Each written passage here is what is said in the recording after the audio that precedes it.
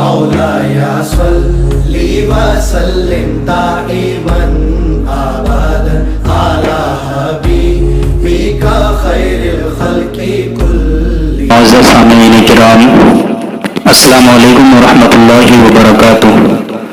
اعوذ باللہ من الشیطان الرجیم. بسم اللہ الرحمن الرحیم. الحمدللہ الذی خلق كل شيء فقدره تقدیرا وصور الانسان فاحسنه تصویرا والصلاة والسلام على من بعثه الله هاديا ومبشرا ونذيرا وداعيا الى الله وسراجا منيرا وعلى آله وصحبه وبارك وسلم دائما أبدا. أما بعد فأعوذ بالله من الشيطان الرجيم. بسم الله الرحمن الرحيم. ولا تباشروهن وأنتم عاكفون في المساجد. صدق الله المولانا العظيم. محترم سامعین کرام، رمضان المبارک کا بابرکت مہینہ ہمارے درمیان سے گزر رہا ہے. پہلا اور دوسرا عشرہ تقریباً ختم ہونے کو ہے، اور وہ آخری عشرہ ہمارے بیچ آنے والا ہے جس عشرے کی فضیلت بے انتہا ہیں. آخری عشرے کی فضیلت کا اندازہ اس سے بھی لگایا جا سکتا ہے کہ اس عشرے میں کچھ ایسی عبادتیں کی جاتی ہیں جو عبادتیں دوسرے عشرے میں موجود نہیں ہیں. مثال کے طور پر ایک خاص بات تو یہ ہے کہ اس عشرے میں وہ مبارک رات آتی ہے جس رات کے بارے میں اللہ تعالیٰ نے قرآن پاک میں ارشاد فرمایا ہے لیلۃ القدر خیر من الف شہر، یعنی لیلۃ القدر 1000 مہینوں سے زیادہ افضل ہے. تو لیلۃ القدر کی جو رات ہے وہ اسی آخری عشرے میں آتی ہے، اور اس کے علاوہ اس آخری عشرے میں وہ اہم عبادت ادا کی جاتی ہے جو کہ رسول اکرم صلی اللہ علیہ وسلم کی مخصوص ترین سنتوں میں سے ہے، یعنی اعتکاف سنت کی ادائیگی بھی اسی آخری عشرے میں ادا کی جاتی ہے. تو اس لیے آج ہماری گفتگو انشاءاللہ العزیز اسی اعتکاف کی فضیلت اور اس کے احکام پر ہونے والی ہے. آئیے سب سے پہلے درود شریف کا نذرانہ عقیدت پیش کریں. اللہم صلی علی سیدنا و مولانا محمد بارک وسلم. صلاۃ و سلام علیک یا رسول اللہ صلی اللہ تعالی علیہ وسلم. معزز سامعین کرام، سب سے پہلے ہمیں اعتکاف کا مفہوم سمجھ لینا چاہیے. اعتکاف ایک عربی لفظ ہے جو وقوف سے آیا ہے، اور اس کا جو عام معنی ہے، لٹرلی میننگ ہے، وہ ہے مطلقاً ٹھہرنا، یعنی کسی جگہ ٹھہرنے کو اعتکاف کہا جاتا ہے. لیکن اصطلاح شرع میں اعتکاف اللہ کی خوشنودی حاصل کرنے کے لیے مسجد میں ثواب کی نیت کے ساتھ ٹھہرنا اعتکاف کہلاتا ہے. اس مختصر سی تعریف سے یہ بات واضح ہو گئی ہوگی کہ اعتکاف کے لیے 3 چیزوں کا ہونا ضروری ہے. ایک تو ٹھہرنا یعنی مسجد میں ٹھہرنا. دوسری اللہ کی رضا اور اس کی خوشنودی حاصل کرنے کے لیے نیت ہونا. یہ 2 چیزیں ضروری ہیں. اور تیسری چیز ہے نیت، یعنی اعتکاف کی نیت کرنا. محترم دوستو، سب سے پہلے ہم اعتکاف کی فضیلت پر گفتگو کرتے ہیں. اگر اعتکاف کی فضیلت کو دیکھیں تو جس طرح سے احادیث کریمہ میں اعتکاف کی فضیلتیں وارد ہیں، اسی طرح سے قرآن پاک کی آیتوں میں بھی اعتکاف کی فضیلت وارد ہے.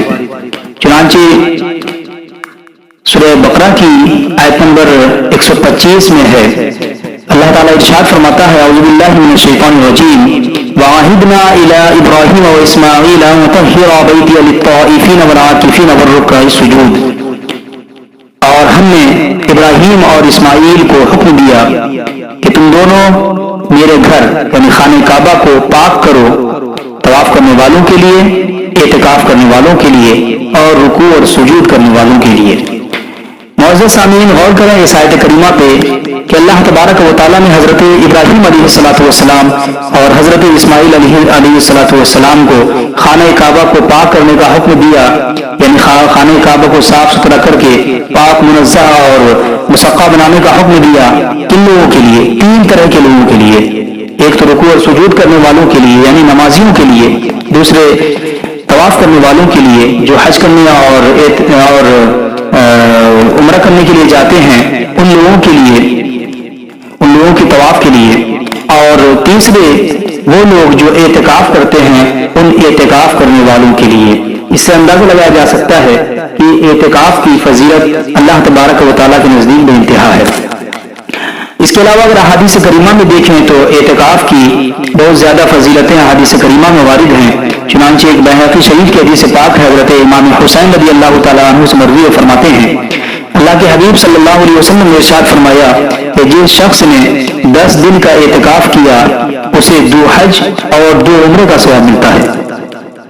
معزز سامعین کرام، آپ غور فرمائیں کہ اگر کوئی بندہ ایک حج کرنے کے لیے نکلتا ہے تو اسے ایک حج کے لیے تقریباً 2 لاکھ روپے کا خرچ بیٹھتا ہے، اور ایک عمرہ اگر کرنے جاتا ہے تو اسے تقریباً لاکھ روپے، ہندوستان کے اس سے اگر کوئی جاتا ہے تو تقریباً لاکھ روپے کا خرچ بیٹھتا ہے.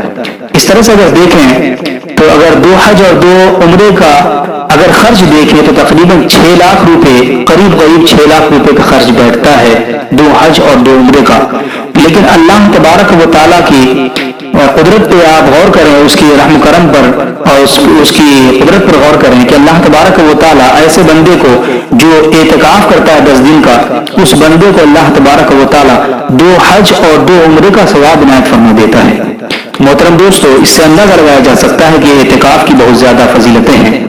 اسی طرح سے ایک حدیث پاک ہے، ابن ماجہ کی روایت ہے، حضرت عبداللہ بن عباس رضی اللہ تعالیٰ عنہ سے مروی ہو فرماتے ہیں اللہ کے رسول صلی اللہ علیہ وسلم نے ارشاد فرمایا کہ معتکف گناہوں سے باز رہتا ہے اور نیکیوں سے اسے اس قدر ثواب ملتا ہے جیسے اس نے تمام نیکیاں کی.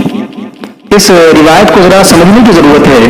اللہ کے حبیب صلی اللہ علیہ وسلم فرماتے ہیں کہ معتکف سارے گناہوں سے باز رہتا ہے. یقیناً اگر کوئی شخص اعتکاف کرتا ہے تو وہ چونکہ مسجد کے اندر رہتا ہے، اور اگر عورتیں اعتکاف کر رہی ہے تو وہ چونکہ مسجد بیت کے اندر ہوتی ہیں، تو ان کے لیے ذرہ برابر بھی گناہ کا کوئی شائبہ نہیں ہوتا. وہ ہر طرح کے گناہوں سے بالکل باز رہتا ہے، یعنی اسے گناہ کا ایک ذرہ بھی نہیں ملتا، چونکہ کوئی غلطی نہیں کرتا ہے، کوئی گناہ ہی نہیں کرتا ہے. تو جب گناہ نہیں کرتا ہے تو اسے جو ہے اس ہر طرح کے گناہوں سے وہ باز رہتا ہے. لیکن ثواب کی اگر بات کریں تو اگر فزیکلی دیکھیں تو بہت سارے ثواب کے کام وہ نہیں کر پاتا ہے. مثال کے طور پر جنازے کی نماز وہ شریک نہیں ہو سکتا ہے، کسی غریب کی مدد کے لیے وہ نہیں جا سکتا ہے، کسی مریض کی عیادت کے لیے نہیں جا سکتا ہے، ماں باپ کی خدمت کے لیے وہ نہیں جا سکتا ہے. اسی طرح سے بہت ساری اگر دیکھیں تو بہت ساری فزیکلی اگر دیکھیں تو بہت ساری چیزیں وہ نہیں کر سکتا ہے، بہت ساری عبادت کے کام وہ نہیں کر سکتا ہے. لیکن ثواب کی اگر بات کریں تو اللہ کے حبیب صلی اللہ علیہ وسلم فرماتے ہیں کہ نیکیوں سے اسے اس قدر ثواب ملتا ہے جیسے اس نے تمام نیکیاں کی. یعنی اسے اعتکاف کرنے والے کو اللہ تبارک و تعالیٰ ساری نیکیوں کا ثواب عطا فرماتا ہے. آپ غور کریں، اعتکاف کرنے والا بندہ مسجد میں اللہ کی عبادت کر رہا ہے، بیٹھا ہوا ہے مسجد میں، لیکن اسے ثواب ہر طرح کے ثواب مل رہے ہیں. غریب کی مدد کا بھی ثواب، جنازے کا بھی ثواب، مریض کی عیادت کا بھی ثواب، ماں باپ کی خدمت کا بھی ثواب، علم حاصل کرنے کا بھی ثواب، کسی پیاسے کو پانی پلانے کا بھی ثواب، جانور کی رکھوالی کا بھی ثواب. یعنی تقریباً جو بھی عبادتیں ہوتی ہیں، جتنے بھی ثواب ہیں، جتنی بھی نیکیاں ہیں، ساری نیکیوں کا ثواب اس اعتکاف کرنے والے بندے کو اللہ تبارک و تعالیٰ عنایت فرماتا ہے. تو محترم دوستو، اس 10 دن کی جو اعتکاف ہے، اس اعتکاف کی بہت زیادہ اہمیت ہے، بہت زیادہ فضیلتیں اللہ تعالیٰ کی بارگاہ میں. اب آئیے اعتکاف کی کچھ مسائل پر ہم بات کرتے ہیں. تو سب سے پہلے یہ جان لیں کہ اعتکاف کی 3 جو قسمیں ہیں، اعتکاف کی 3 قسمیں ہیں. ایک تو اعتکاف سنت، اور دوسرا اعتکاف واجب، اور تیسرا اعتکاف نفل. اعتکاف سنت رمضان المبارک کا جو اعتکاف کیا جاتا ہے 10 دن کا آخری عشرے میں، یہ اعتکاف سنت ہے، اور یہ سنت موقدہ ہے، اور سنت موقدہ الکفایہ اسے کہا جاتا ہے.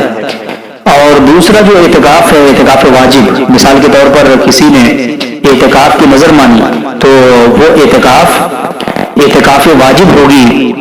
اور تیسرا جو اعتکاف ہے اعتکاف نفل، یعنی کوئی بندہ مسجد میں داخل ہوتا ہے تو مسجد میں داخل ہونے سے پہلے اگر اعتکاف کی نیت کر لیتا ہے تو جب تک وہ مسجد کے اندر رہتا ہے تب تک اسے اعتکاف کا ثواب ملتا رہتا ہے.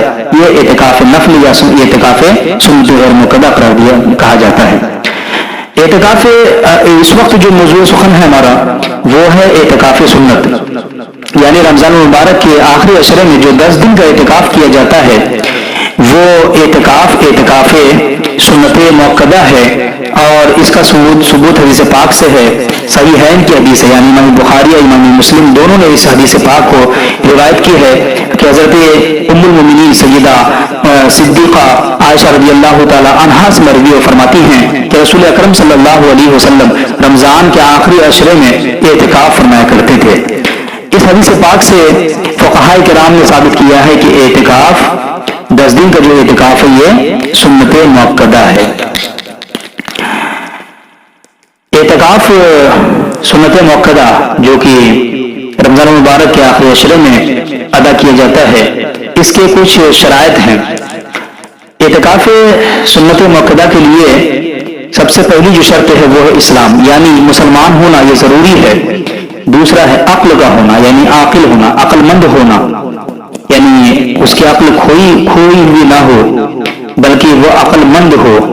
اور تیسری ہے تمیز کا ہونا، یعنی تمیز کا مطلب یہ ہے کہ اسے اس بات کا پتہ ہو کہ کیا صحیح ہے کیا غلط ہے. یعنی اگر بچہ نابالغ ہے اور اس کے باوجود نابالغ بچہ ہے، اس کے باوجود اسے شعور ہے اس چیز کا کہ کیا صحیح ہے کیا غلط ہے، غلط اور صحیح کا شعور ہے، تو ایسا بچہ بھی اعتکاف کر سکتا ہے. اور چوتھی شرط ہے غسل واجب نہ ہونا، یعنی یہ ہے کہ حیض و نفاس اور جنابت سے پاک ہونا، یہ بھی شرط میں سے ہے اعتکاف کے. اور پانچویں شرط ہے مسجد جماعت کا ہونا. چھٹی شرط ہے روزہ دار ہونا. یعنی یہ وہ شرطیں ہیں جن کے بغیر اعتکاف ہو نہیں سکتا ہے. ان شرطوں کا پایا جانا ضروری ہے، لیکن ان کی کچھ تفصیلات ہیں جن میں سے کچھ تفصیلات کو ہم ضرور ذکر کریں گے، چونکہ اعتکاف جو کرنے والے ہوتے ہیں ان کے سامنے کچھ ایسے مسائل درپیش ہوتے ہیں. خاص طور سے اس سال کی جو کنڈیشن ہے لاک ڈاؤن کی کنڈیشن، اس کنڈیشن میں تو اور بھی کچھ مسائل پیش آنے والے ہیں، اس لیے ہم کچھ اہم مسائل پر تذکرہ کرنا چاہتے ہیں. ایک مسئلہ ہے کہ ابھی ہم نے ذکر کیا کہ اعتکاف کے لیے شرط ہے مسجد جماعت کا ہونا.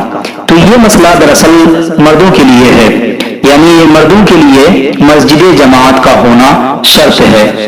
چونکہ جو آیت میں نے تلاوت کی ہے ابھی سورہ بقرہ کی آیت ہے، آیت نمبر 187 ہے. اللہ تعالیٰ ارشاد فرماتا ہے وَلَا تُبَاشِرُوهُنَّ وَأَنْتُمْ عَاكِفُونَ فِي الْمَسَاجِدِ، یعنی اس سے پہلے چونکہ روزے کا ذکر ہے اور اس کے بعد اللہ تعالیٰ نے اعتکاف کا ذکر فرمایا ہے اور اعتکاف کی جو ہے کنڈیشن بتائی ہے کہ اللہ تعالیٰ ارشاد فرماتا ہے وَلَا تُبَاشِرُوهُنَّ وَأَنْتُمْ عَاكِفُونَ فِي الْمَسَاجِدِ، اور تم اپنی عورتوں سے مباشرت نہ کرو، یعنی ان سے ملو نہ اس حال میں کہ تم اعتکاف کی حالت میں ہو مسجد میں. مسجدوں میں اعتکاف کی حالت میں ہو تو تم اپنی عورتوں سے نہ ملو، مباشرت نہ کرو. تو چونکہ اس میں مسجد کا خاص طور سے ذکر ہے اس لیے مردوں کے لیے یہ حکم ہے کہ اعتکاف مسجد جماعت ہی میں ہوگا. اب رہی بات عورت کی، تو عورت کے سلسلے میں فقہاء کرام نے بیان فرمایا ہے کہ عورت کو مسجد میں اعتکاف کرنا مکروہ ہے. یعنی اگر کوئی عورت مسجد میں اعتکاف کرتی ہے تو اسے مکروہ ہے مسجد میں اعتکاف کرنا، تو پھر کہاں اعتکاف کرے؟ سوال تو ہوتا ہے. تو اس کے لیے فقہاء احناف کا اس سلسلے میں اتفاق ہے کہ عورتیں مسجد بیت میں اعتکاف کریں گی. مسجد بیت وہ جگہ کہلاتی ہے جس جگہ میں عورتیں عام طور پر اپنے گھر میں وہ جگہ متعین کر لیتی ہیں نماز کے لیے، اس جگہ کو مسجد بیت کہا جاتا ہے. تو عورتیں اپنی مسجد بیت ہی میں اعتکاف کریں گی اور جس جگہ وہ نماز پڑھتی ہیں. اور اگر مسجد بیت اس کی نہیں ہے، یعنی کوئی جگہ متعین نہیں ہے، تو جگہ متعین کر لے اور اسی جگہ اعتکاف کرے تو اس کا اعتکاف صحیح ہوگا. تو ابھی بتایا گیا کہ مسجد بیت کا ہونا ضروری ہے، تو مسجد کا ہونا ضروری ہے اعتکاف کرنے والوں کے لیے. تو اعتکاف کرنے والوں کے لیے جب مسجد کا ہونا ضروری ہے تو پھر مسجد سے باہر نکلنا فقہاء کرام نے حرام قرار دیا ہے. یعنی اگر کوئی شخص اعتکاف میں بیٹھتا ہے تو اعتکاف کی حالت میں مسجد سے باہر نکلنے کو فقہاء کرام نے حرام قرار دیا ہے. لیکن شخص اعتکاف کی حالت میں بلا کسی عذر کے نکلتا ہے مسجد سے باہر تو اس کا اعتکاف ٹوٹ جاتا ہے، یعنی اعتکاف اس کا فاسد ہو جائے گا۔ لیکن دو عذر ایسے ہیں جن عذر کی بنیاد پر اعتکاف ٹوٹتا نہیں ہے، اور وہ دو عذر میں سے ایک عذر ہے عذر طبعی، جسے حاجت طبعی بھی کہتے ہیں۔ حاجت طبعی یعنی پیشاب پاخانہ اور غسل کے لیے، اگر غسل فرض ہے تو فرض غسل کے لیے باہر نکلا تو ایسی صورت میں اس کا اعتکاف نہیں ٹوٹتا ہے، چونکہ ان چیزوں کو عذر طبعی شمار کیا گیا ہے، اور عذر طبعی کی بنیاد پر اگر مسجد سے باہر نکلتا ہے تو اس کا اعتکاف نہیں ٹوٹتا ہے۔ دوسری قسم ہے عذر شرعی، یعنی عذر شرعی کی بنیاد پر اگر مسجد سے باہر نکلتا ہے تو ایسی صورت میں بھی اعتکاف اس کا نہیں ٹوٹتا ہے۔ عذر شرعی جیسے کہ جمعہ، یعنی اگر کوئی شخص ایسی مسجد میں اعتکاف کے لیے بیٹھا جس مسجد میں جمعہ کی نماز نہیں ہوتی ہے، تو ایسی صورت میں اسے اس بات کی اجازت ہے کہ وہ جمعہ کے دن جمعہ کے لیے مسجد سے نکلے اور جہاں جمعہ ہوتی ہے جس مسجد میں اس مسجد میں جائے، لیکن اس کے لیے حکم یہ ہے کہ جماعت سے کچھ پہلے پہنچے، یعنی کچھ دیر پہلے ہی پہنچے، زیادہ پہلے نہ پہنچے بلکہ کچھ دیر پہلے پہنچ جائے کہ جماعت مل جائے اسے، اور باقی سنتیں وغیرہ وہ اپنی اعتکاف والی مسجد میں ادا کرے۔ اور عذر شرعی کی دوسری صورت یہ ہے کہ اذان کے لیے اگر مؤذن ہے مثال کے طور پر، یا کوئی اذان دینے والا نہیں ہے، اذان کا وقت ہو گیا ہے، تو ایسی صورت میں اس معتکف کو اجازت ہے کہ مسجد سے باہر نکل کر اذان پڑھے، یعنی اگر اس کا راستہ مسجد سے باہر سے ہے تو ایسی صورت میں اسے باہر سے جا کر مسجد سے باہر نکل کر اذان دینے کا اسے حکم ہے۔ یہ تو دو عذر ہو گئی، عذر شرعی اور عذر طبعی، جن کی بنیاد پر مسجد سے باہر نکل سکتا ہے۔ اس کے علاوہ اگر کوئی شخص مسجد سے باہر نکلتا ہے تو ایسی صورت میں اس کا اعتکاف ٹوٹ جاتا ہے اور اس کو دوبارہ اعتکاف کی قضا جو ہے ضروری ہوتی ہے۔ اعتکاف کرنے والے کا بنیت ثواب خاموش رہنا مکروہ قرار دیا گیا ہے، یعنی ایک عام بات سی دکھائی دیتی ہے کہ اعتکاف کرنے والا یہ سمجھتا ہے کہ ہم خاموش رہیں گے تو ثواب ملے گا۔ یہ عام طور پر دیکھا جاتا ہے، چونکہ لوگوں کو علم کی کمی ہوتی ہے، اس وجہ سے وہ سمجھتا ہے کہ اعتکاف کرنے والے کو خاموش رہنا چاہیے۔ تو اس سلسلے میں فقہاء کرام نے بیان فرمایا ہے کہ معتکف اگر ثواب کی نیت کے ساتھ خاموش رہتا ہے، یعنی یہ سمجھتا ہے کہ خاموش رہنا ثواب ہے، تو ایسی صورت میں اس طرح سے خاموش رہنا مکروہ ہے۔ اور اسی طرح سے اگر معتکف ادھر ادھر ہی کلام کرتا ہے تو کلام کرنا بھی منع ہے، یہاں تک کہ فقہاء کرام نے بیان فرمایا ہے کہ مباح کلام کرنا بھی جو ہے مکروہ ہے۔ مباح کلام مثال کے طور پر یہ پوچھنا کہ تمہارے گھر میں کتنا کلو آٹا ہے، یا تمہاری بیٹی کی شادی کہاں ہوئی ہے، یا تم ابھی کہاں گئے تھے، اس طرح کی چیزیں پوچھنا، اس سے اعتکاف ٹوٹتا نہیں ہے۔ لیکن اگر اس طرح کی بات کرتا ہے یہ مباح کلام ہے، لیکن اس کے باوجود فقہاء کرام نے مباح کلام کرنے کو بھی مکروہ قرار دیا ہے۔ تو سوال اب یہ ہوتا ہے کہ مباح کلام بھی نہ کرے اور معتکف خاموش بھی نہ رہے تو پھر کرے کیا؟ تو اس سلسلے میں فقہاء کرام نے بیان فرمایا ہے کہ معتکف کو چاہیے کہ وہ قرآن کی تلاوت کرے، حدیث پاک کی پڑھا کرے، اور اس کے علاوہ علم دین سیکھے، درود شریف کثرت سے پڑھا کرے، اور ورد اوراد کی کثرت کرے، اور درس و تدریس میں اپنا وقت گزارے، نبی کریم صلی اللہ علیہ وسلم اور دوسرے انبیاء کرام کی سیرت کا مطالعہ کریں، اولیاء کرام، صوفیاء کرام، صالحین اعظام کے حکایات اور دین کی کتابوں کا مطالعہ کرے۔ یعنی یہ ہے کہ عبادتوں میں وقت گزارے، عبادت کی جتنی بھی صورتیں ہیں یا دین درس و تدریس کی جتنی بھی صورتیں ہیں، علم کی جتنی بھی صورتیں ہیں، ان ساری صورتوں کو اپنائے، فضول باتیں نہ کرے، اور اسی طرح سے خاموش بھی بیٹھا نہ رہے۔ ایک اہم مسئلہ یہ آتا ہے کہ عورت مسجد بیت میں اگر اعتکاف میں بیٹھتی ہیں تو اس کے لیے بھی وہی حکم ہے جو مرد کے لیے، مرد حضرات کے لیے ہے، یعنی جس طرح سے مسجد سے باہر مرد حضرات نہیں نکل سکتے ہیں صرف دو عذر کے علاوہ، دو عذر شرعی اور عذر طبعی کے علاوہ، تو اسی طرح سے عورتیں بھی اپنی مسجد بیت سے عذر طبعی اور عذر شرعی کے علاوہ نہیں نکل سکتی ہیں۔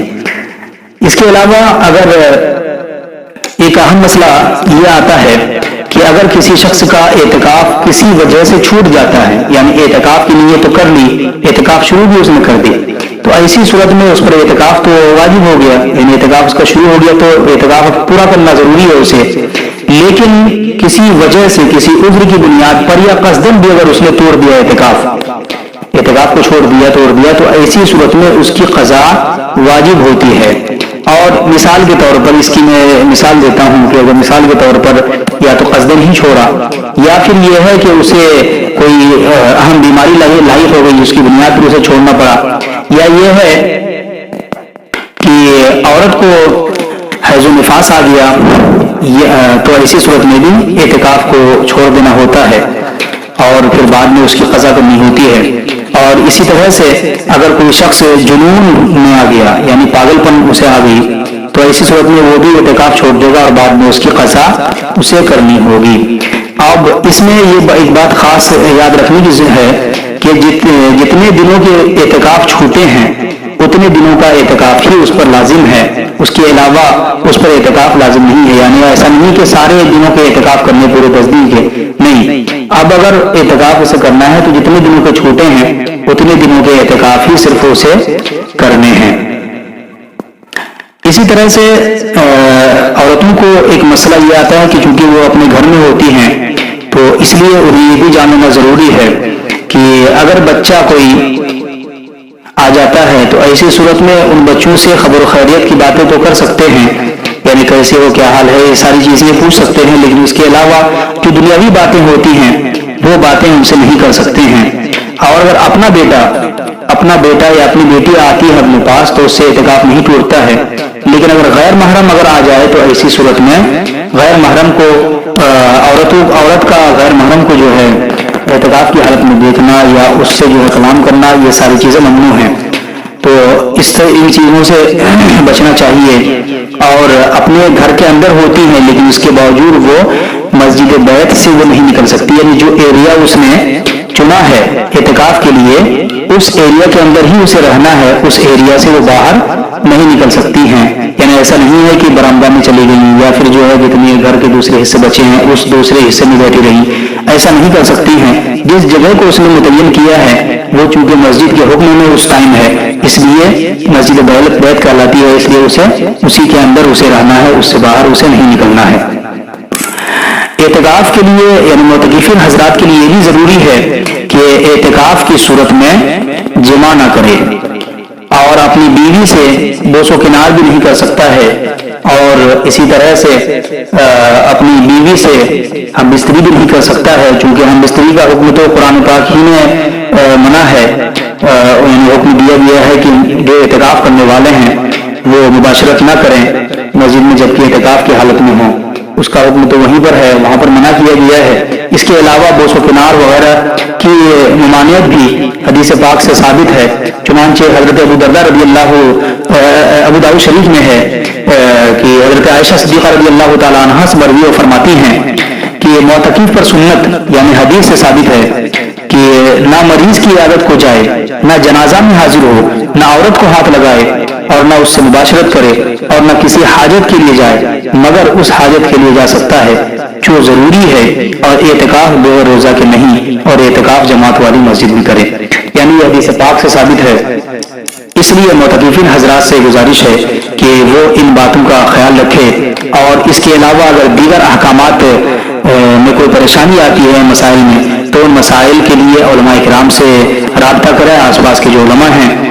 اور ایک بات دھیان میں رکھنے کی یہ ہے کہ جو لوگ بھی اعتکاف میں بیٹھنے کا ارادہ رکھتے ہیں تو ان کے لیے ضروری ہے کہ اعتکاف کے جتنے بھی مسائل ہیں ان مسائل کو بغور سمجھ لیں اور صحیح طریقے سے سمجھ لیں، یہ ضروری ہے، چونکہ یہ چھوٹی سی کلپ میں یا چھوٹے سے وقت میں ہم سارے مسائل کو ہم شامل نہیں کر سکتے ہیں۔ بہت سارے مسائل ہیں جن مسائل کو ہمیں دھیان میں رکھنا ضروری ہوتا ہے، چند مسائل تھے جو ضروری مسائل انہی پر ہم نے توجہ دلائی ہے، اور خاص طور سے لاک ڈاؤن کی صورت میں چونکہ بہت سارے مسائل آ جاتے ہیں تو ان مسائل کا بھی ہمیں خیال رکھنا چاہیے۔